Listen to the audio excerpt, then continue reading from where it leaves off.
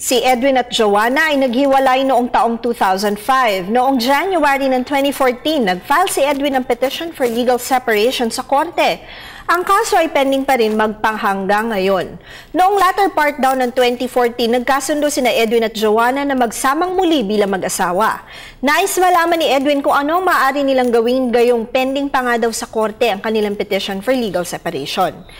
Edwin, sa ilalim ng Article 65 ng ating Family Code, sinasabi na kung ang mag-asawang may pending na kaso for legal separation ay nais na magsamang muli, dapat na mag-file ng joint manifestation under oath at pirmado nila mag-asawa sa korte kung saan pending ang kanilang petisyon.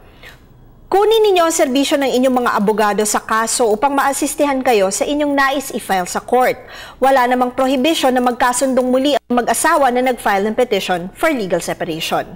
Tandaan na ang aming opinyon ay limitado lamang sa mga impormasyong inyong ibinigay sa amin at maaari itong mag-iba, depende pa sa karagdagang detalye. Patuloy po kayo mag-email sa ptv4newscenter@gmail.com. Attorney JJ Jimeno Atienza, ang inyong bisig ng batas.